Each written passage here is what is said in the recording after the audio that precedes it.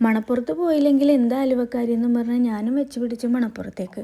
കൂടെ എൻ്റെ ഗ്യാങ്ങുണ്ട്. ചെന്നപാടെ നമ്മുടെ സ്ഥിരം കലാപരിപാടിയായ സെൽഫി എടുക്കൽ സ്റ്റാർട്ട് ചെയ്ത്. അങ്ങനെ നോക്കുമ്പോൾ ഒരു കുതിരേനെ കണ്ട് ഭദ്ര കുതിരപ്പുറത്ത് ചാടിക്കേറി. അങ്ങനെ അവൾ അതിൽ 2 കറക്കമൊക്കെ കറങ്ങി ആൾ ഹാപ്പിയായി. അത് കഴിഞ്ഞ് നോക്കുമ്പോൾ ഉണ്ട് തല കുത്തി മറിയണ റൈഡൊക്കെ. അങ്ങനെ അതൊക്കെ കണ്ട് ആസ്വദിച്ച് അങ്ങനെ നിന്ന് വീണ്ടും കുറേ സെൽഫിയൊക്കെ എടുത്ത് അങ്ങനെ തൊട്ടിയാട്ടത്തിൽ കയറിയാലോ എന്നൊരു തീരുമാനമായി. അങ്ങനെ തൊട്ടിയാട്ടത്തിൽ കയറാൻ വേണ്ടി നീ ചിരിച്ച് കാണിച്ചവളുടെ ധൈര്യത്തിൽ ഞാനും ചാടിക്കേറി. കയറിക്കൊണ്ടിരിക്കുമ്പോൾ നോക്കുമ്പോൾ ഉണ്ടാ ഭദ്ര അടുത്ത റൈഡിൽ കയറിയേക്കണം. അങ്ങനെ തൊട്ടിയാട്ടത്തിൽ കയറി. വലിയ ആവേശത്തിലാണ് കയറിയത്. കയറി കഴിഞ്ഞപ്പോൾ മനസ്സിലായി പെട്ടെന്ന്, കാരണം എൻ്റെ കൂടെ ഇരുന്നവൾക്ക് എൻ്റെ അത്രയും കൂടി ധൈര്യമില്ല. അങ്ങനെ തൊട്ടിയാട്ടത്തിലൊക്കെ കയറി കരഞ്ഞ് വിഴിഞ്ഞ് ആകെ അലമ്പാക്കി. പക്ഷേ തൊട്ടിയുടെ മുകളിൽ കയറിക്കൊണ്ട് മണപ്പുറം മൊത്തം കാണാൻ നല്ല അടിപൊളിയായിരുന്നു. അങ്ങനെ അതിൽ നിന്നൊക്കെ ഇറങ്ങി ഓരോ ഐസ്ക്രീമൊക്കെ കഴിച്ച് വീണ്ടും ഭദ്രയുടെ അർമാദം തുടങ്ങി. ചെറുതായിട്ട് അലമ്പാവലും ഉണ്ടായി.